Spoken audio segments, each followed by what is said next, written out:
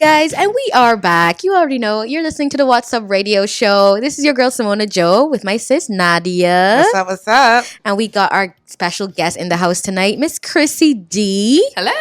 We just sit here chilling, talking with Chrissy. Let the people know though, because people that see you for the first time, they think that pop up on the scene doing this thing. So let the people know how long you've really been in the industry. I've been in the industry for about 8 years. Originally as Olivia, and then I became Chrissy D. Oh. Yeah. Nice. So some people There be we like, why that go. sound like Olivia? Because it is Olivia. Right. Got it. But how is Olivia different from from Chrissy D? Sorry. Wow. I don't think there's a big difference. I mainly changed my name because when I came on radio, Astra used to call me Chrissy D, and then the listeners began to call me Chrissy D, and I was like, you know what? I'll just leave it because Right. I started to build a brand here, so then I Right. was like, you know what? Just keep it. And then Olivia was just a spontaneous thing. I was in the studio, I recorded my song, and I was like, okay, I need a stage name. Let me use my middle name because my middle name is Olivia.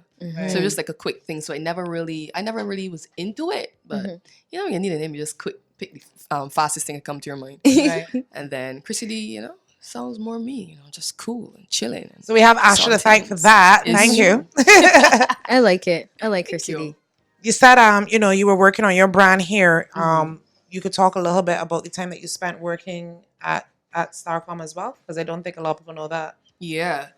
So I came here, I think probably maybe 2013, somewhere around there. But we did the morning show with Astra, and it was a pretty cool experience.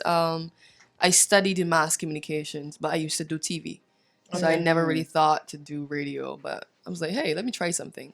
So I got into it, and it was really good. Up to now, if I'm in town, which is weird, because if I'm in town and I'm talking to my mom, I've had people say, I know that voice. Yeah. I'm just like, let me not say nothing else.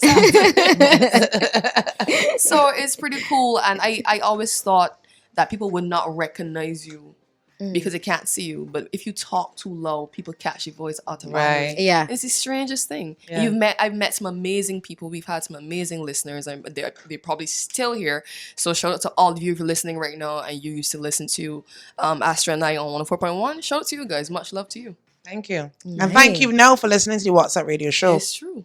I just want to know personally because myself, I've been in the music industry as well. In terms of hardships, being a female in the industry, what have you faced so far, and how have you overcome it? Wow. For some reason, right, when I handle most things in life, I tend to just say, what can I do on my part to just fix it and get through?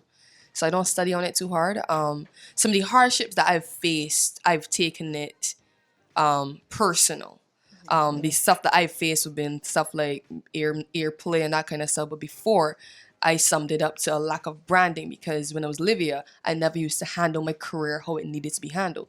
Right. So since I changed my ways and started to say, okay, this needs to be done that way, this needs to be packaged that way, the game has changed for me completely.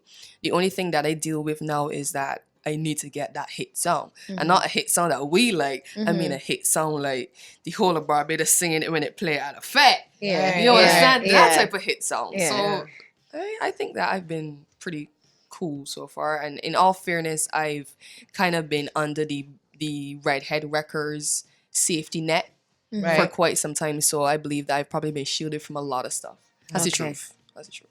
It's kind of good to have people that you can trust still, Yeah, at the forefront representing you. Mm-hmm. Because as you said, it saves you, a lot of stress and a lot of horrors that you hear. I think people probably afraid of me too. People say you look like if you would bite off somebody. It does kind of help if you look a little mad. Yeah. Yeah. You look a little boyish. So. Let me not try that. But how would you describe your sound though? Would you say it's strictly soca? Would you say it's a fusion of what? Shh. I'm still trying to understand what my sound is. I am being completely honest, and I feel as though many entertainers in Barbados still trying to understand what their sound is. And I think the blessing for me is the fact that I write my own music. So over time, you get to see my growth. Right. Whereas most entertainers is somebody writing for them. So they just pick a song out of the batch, like Right. whichever they think that could Right. work with, the public. It's just what they were saying, but it does not reflect who they really are. So when it comes to my sound, I'm still searching for that, and I probably will continue to be on that journey for the rest of my life. As long as I'm growing, I will forever be searching, but it will get better. That's beautiful. You write for yourself and you write for others as well. Yes, please. Can you tell us some of the contributions that you made that the public may probably know? Like, who have you written for? Well, I know one for sure that people know. Queen T. She has a song called "Keep Up" that has been killing the airways.